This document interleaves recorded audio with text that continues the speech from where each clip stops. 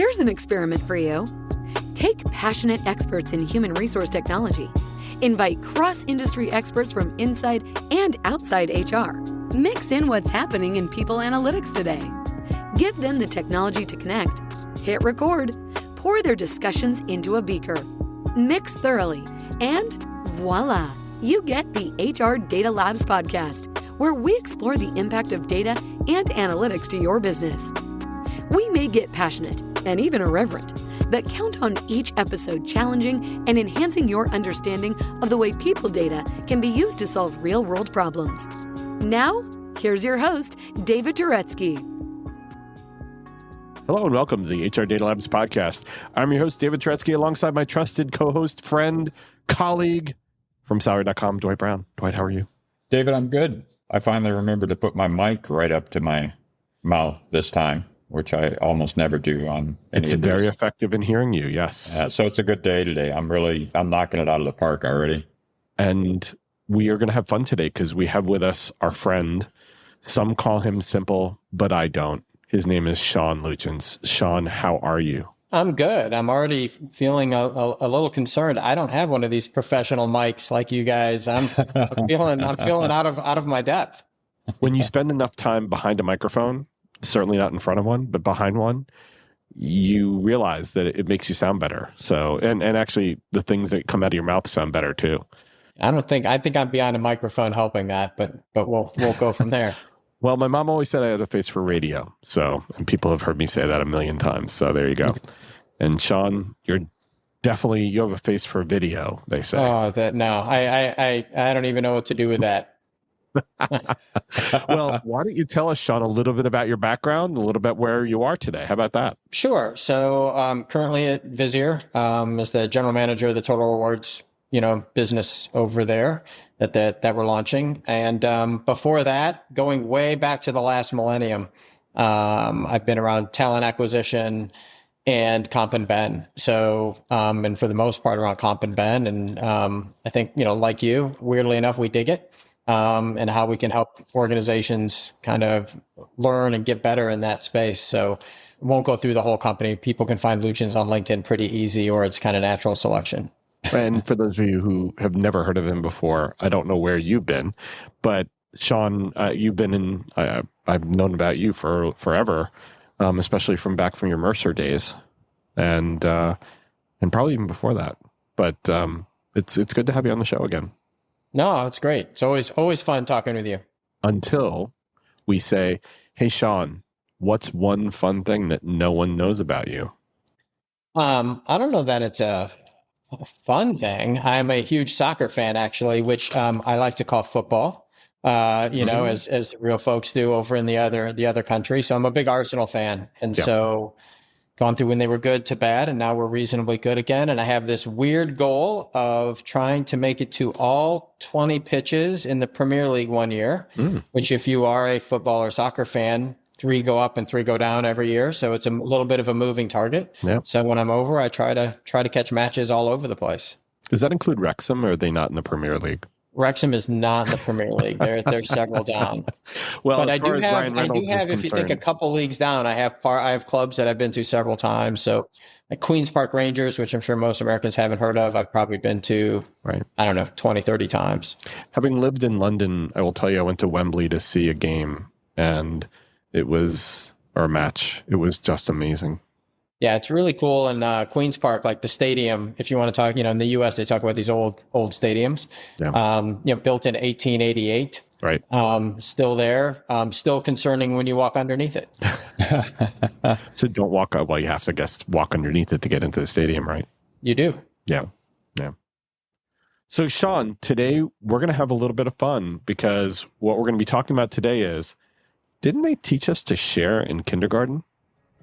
And let's get to question 1.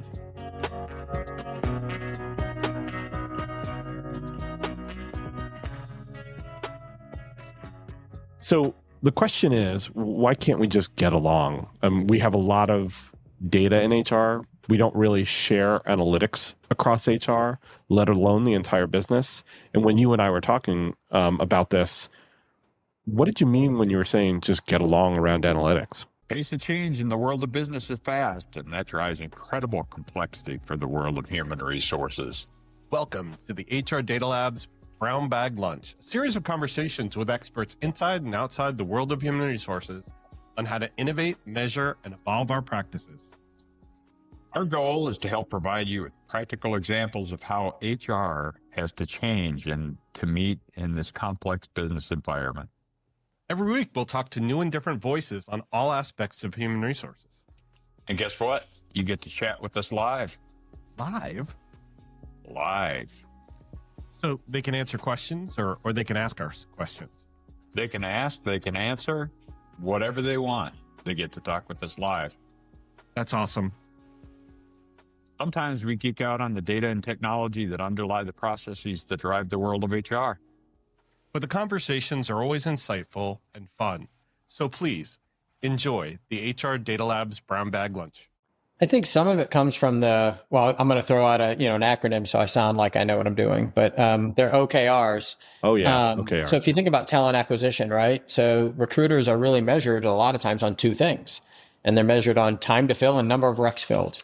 And obviously, if you're a recruiter without jobs to recruit for, you're probably not a recruiter. And so they want to get those things done. That's their metrics. And as we know, whatever's measured is what's done. And so recruiters really jam on that. They don't necessarily start to think about then putting my comp nerd hat on.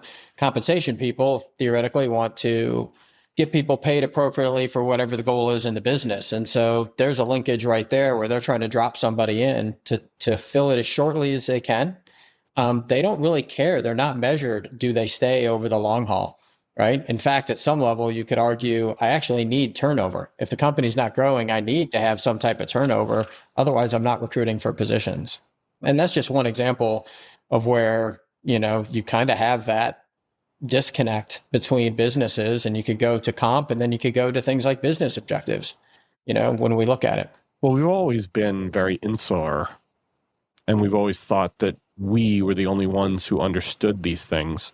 And so therefore, in the wrong hands, quote unquote, other people, it wouldn't be used effectively or appropriately, right? Especially like we're talking about comp and market data or, new hire statistics when it comes from recruiting. Well, you guys don't understand because, you don't understand where we are in our business cycles or where people are. And, we get so many recs. We have a way of doing it where we put in a bunch of recs, some are evergreen. And so the statistics aren't going to look right to you unless you know the context.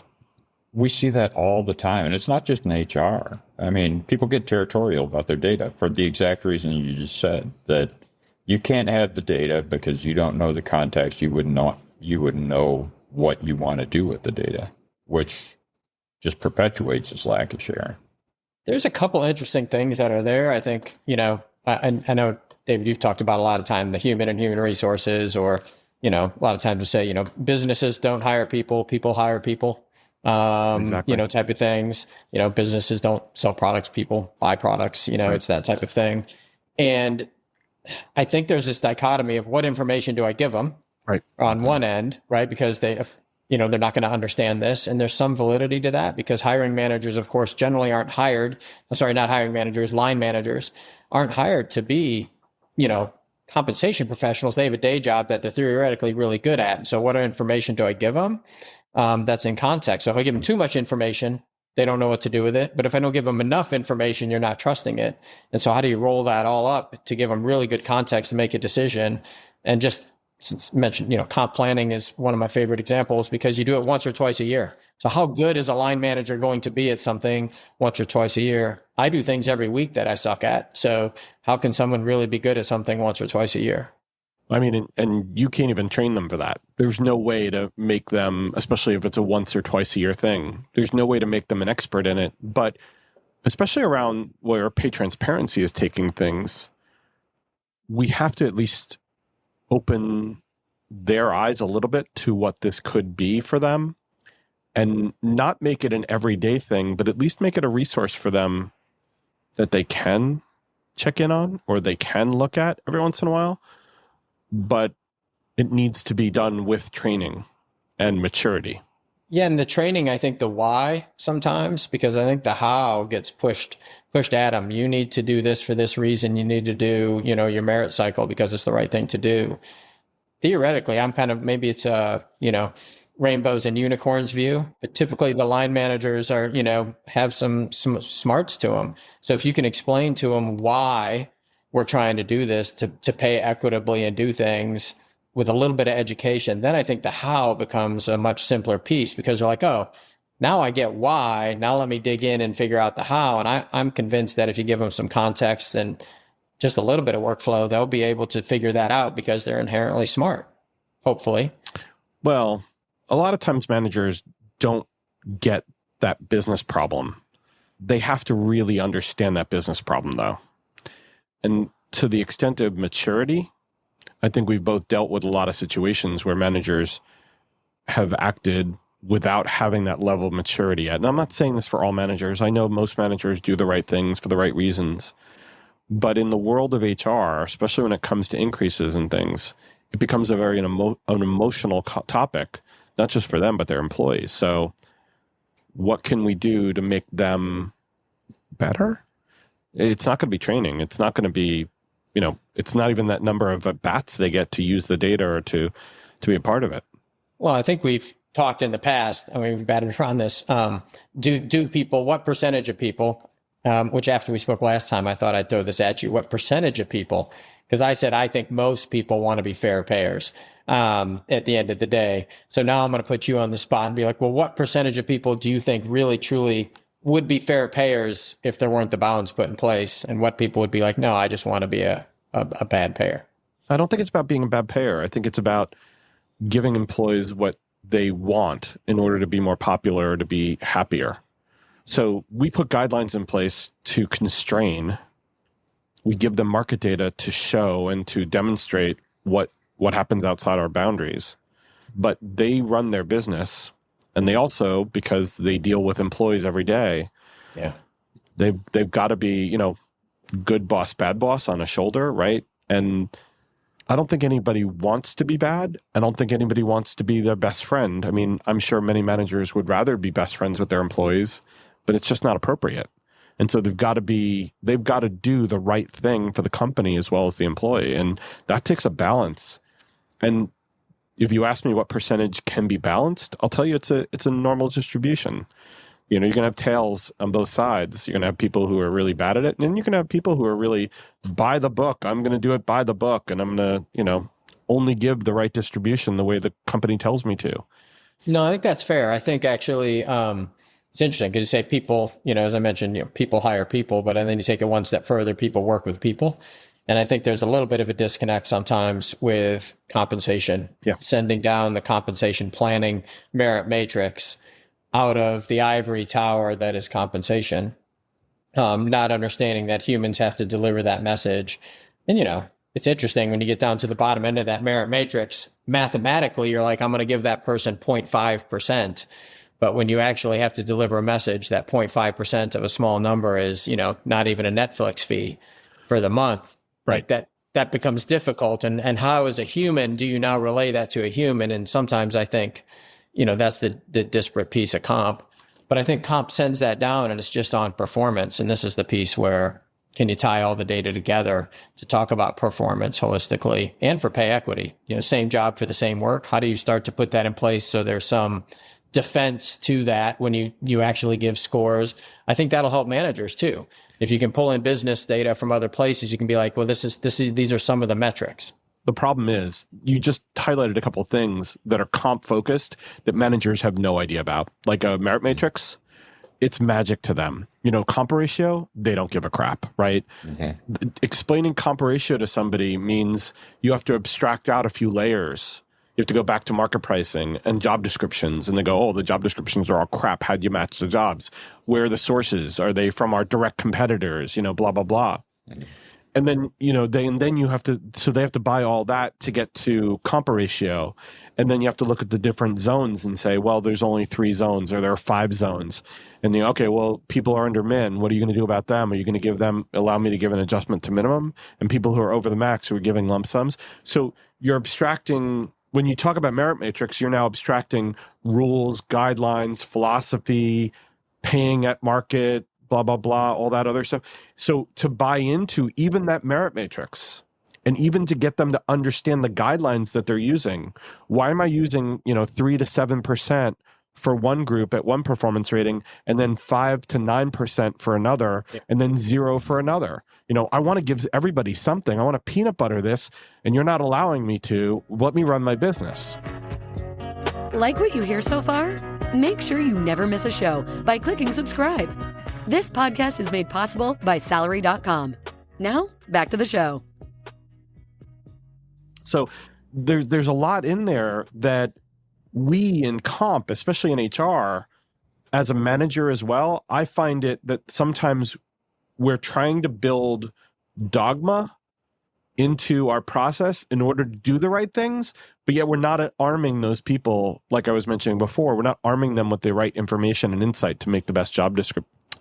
And that's what I was saying with Dwight earlier. There's all this potential information that you could throw at them. Right. So how do you distill that down into something that's meaningful? And I know, one of the studies recently, I think a third of managers are doing this for the first or second time. Right. So not only do they not get to do it very often, but you're going to basically take all this comp speak and and try to translate it into human, something that a normal human can understand. For somebody who's never done this, and by the way, the next time I have to do it again, assuming I'm still in this role, is next year, and I have to go deliver a human message. I mean, it's a really difficult process that has to happen. Although I still kind of sidebar, why do we even do merit or increases once a year? I'm still a little boggled by that. I mean, I think it's because we years ago had to, I'm going to show my age, you had to go collect all the data, do it, and then you had to fax the payroll company, which many listeners probably don't know what a fax machine is. Well, they may, but it's scary. They think it's an app on their phone. Exactly. Well, and it feels like a black box for people. It's the perpetual black box of compensation with it. Because one of the things that we find, too, is that even working with the comp people, I'm amazed at how often the comp people don't even understand the components that go with that. So to your point of, humans coming with the human message, how do you even translate that if you're the comp person and you don't even understand everything? Well, and it's interesting. The more data we get, the more complex the merit matrix can be, to your point, David, to the more complicated it becomes. So now you have a manager of a couple different units, and he's getting handed down different numbers for different groups for different things. And they're kind of like, what the hell is happening here? I used to be able to just get a spreadsheet that said 4% and email it. And then magically it was gone, right? Well, and then, if they have a global team, right? Well, now I have a global team and I have a 4% for the US. I have a 9% for Singapore. I have, 7% for the UK. Well, how do I figure out what's the right guideline for the right PM? And can I blend the data, or can I, is this one process, or do I do it by, what am I being asked to do? And we've got to be very dead simple about getting to the right result for the employee and the manager while giving them the most expeditious as well as simple interface and use cases to get them to the right answer. I think, to quote someone very, very famous, because this is the type of stuff I read, David, so this will be really, really important. Don't tell me you're going to quote David Turetsky. No. Oh, no. What is it? Cheshire Cat said, if you don't know where you're going, all roads will lead you there. So I think, to your point, good one. I like that, David, sitting down and having a plan and a pay philosophy first that you can then try to get somebody to, read that in English that's not from the comp department, right? Yeah. I was on a call the other day with some comp folks, and I started counting acronyms. And like I said, I've been around a long time. So when I start getting wowed by the total volume of acronyms that we have, you're like, well, how would you actually translate this to someone that's a hiring manager that looks at this? And, I think the philosophy from some comp people is, well, everyone understands pay because they get paid. No. So it must be simple, right? Right. And I think line managers sometimes get caught in the other trap, which is, I get paid, so how complicated can it be? And there's got to be some type of, translation between those two. Well, what's really funny about what you just said is, when I worked at Workscape, and I was the basically the director of the talent management product line for product management.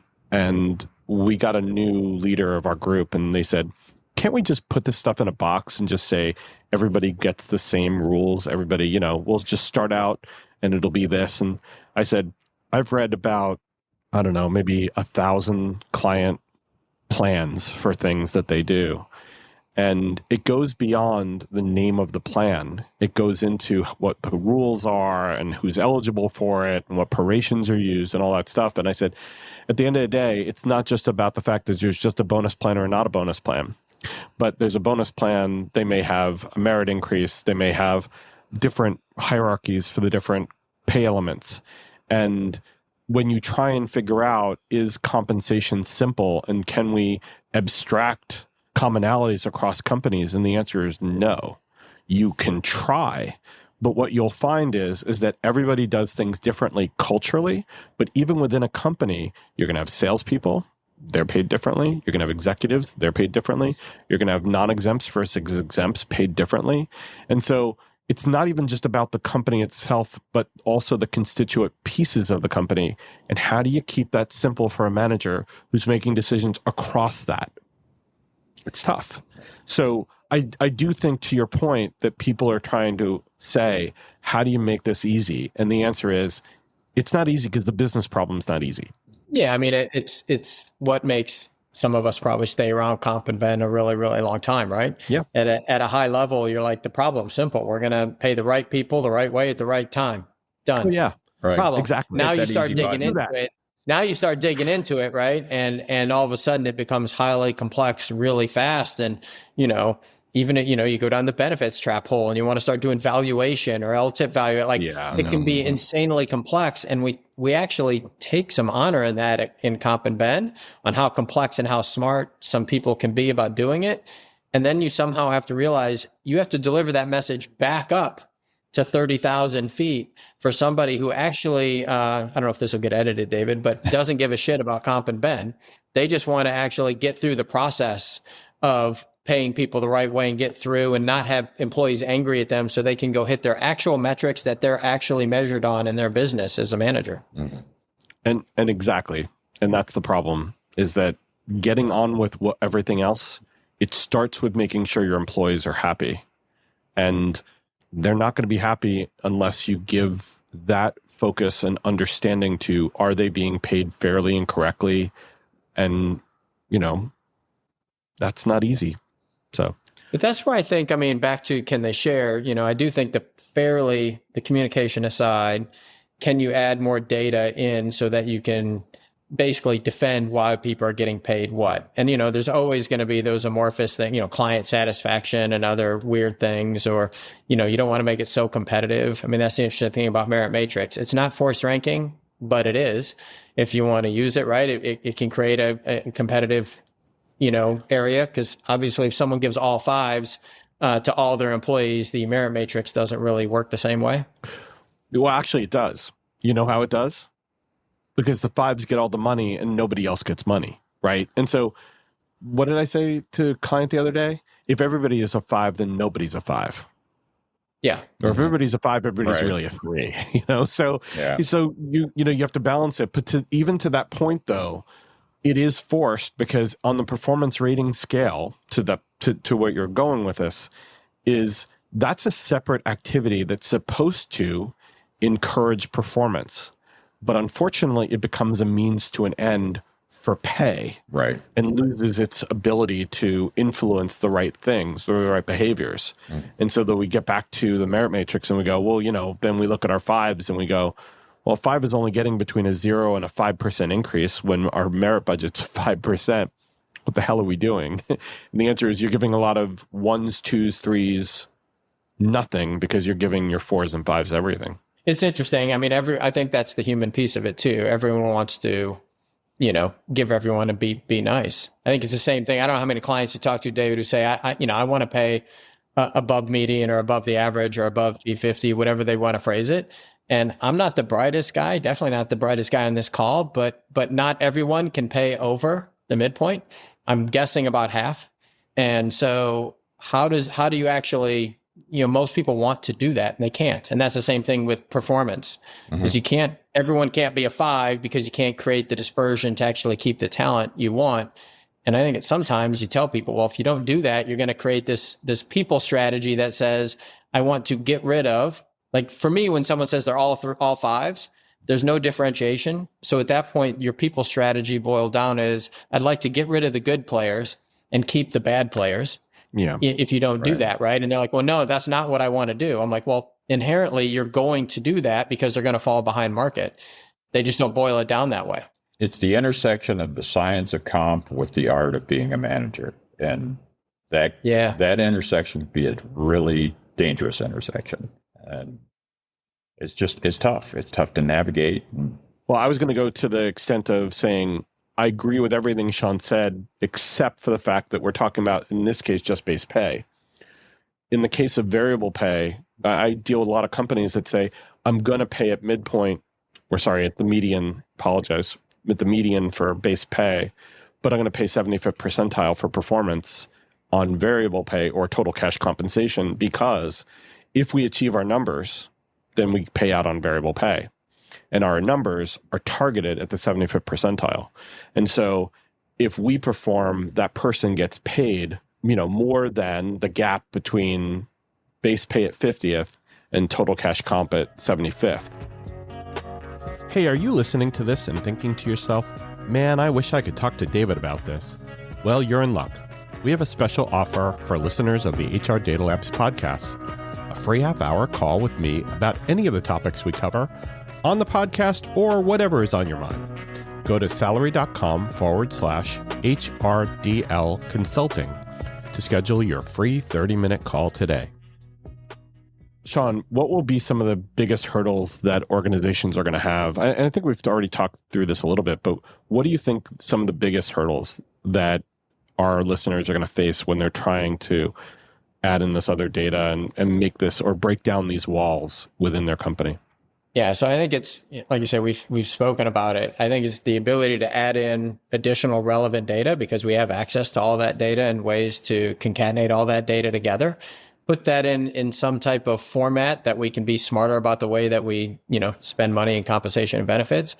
But then the complicated part, the biggest hurdle to me, is then how do we translate that back to human for people who aren't living and breathing comp and ben all the time. And so blow that back out to line managers, and then looping it all the way back to the beginning of the chat. Like, how do you loop this back to talent acquisition? Right. Like, if you actually hire them at this point, they're not going to stay because you're going to hire them so far below midpoint or so far over that you're going to have a pay transparency issue.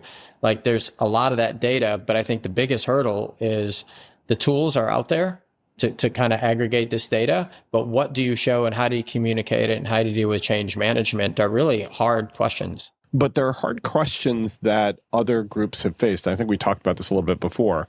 Like, if you talk about finance or marketing or even, supply chain, they've done a really good job of being able to leverage other pieces of data across the organization to be able to pull into their businesses to be able to do better at what they do, so that, supply chain knows they're not going to have enough people on staff to be able to get a specific amount of product out the door, but they're waiting for shipments to come in. They just don't have the people to get it off the trucks.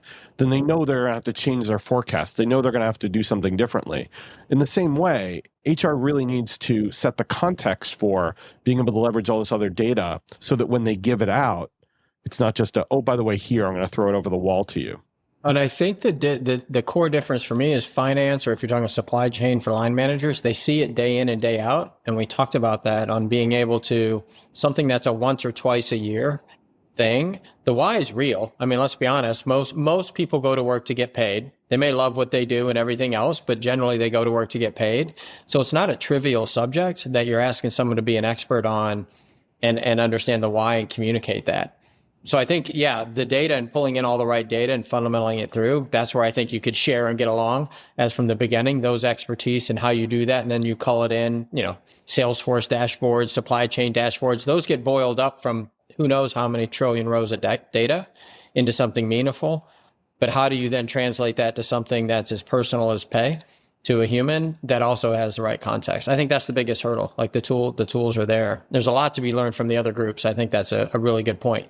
And we have to mature as a group, right? HR, we got to stop talking in different speak, talk in English or in whatever language you speak, but talk more plainly. Yeah, I think that translation of comp and bend to human is really good, and almost giving a playbook of how they can translate those items. I do think things like total reward statements or some type of documentation to be able to show why you're getting paid this, thing is important versus just I like you or I don't like you. But isn't pay transparency going to make this simpler because we're going to have to translate it into their language anyways?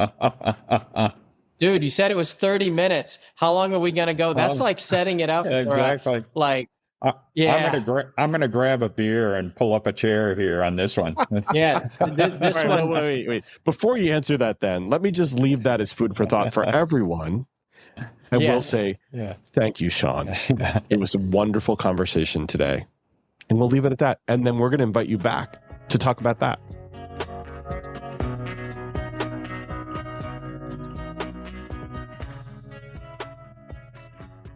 Sean, thank you very much. Thanks. As always. Dwight, thank you so much. Thank you. Thanks for being with us, Sean. And we'll look forward to the extended episode, given the bomb that David just dropped a little bit. And thank you all for listening. Take care and stay safe. That was the HR Data Labs podcast. If you liked the episode, please subscribe. And if you know anyone that might like to hear it, please send it their way. Thank you for joining us this week, and stay tuned for our next episode. Stay safe.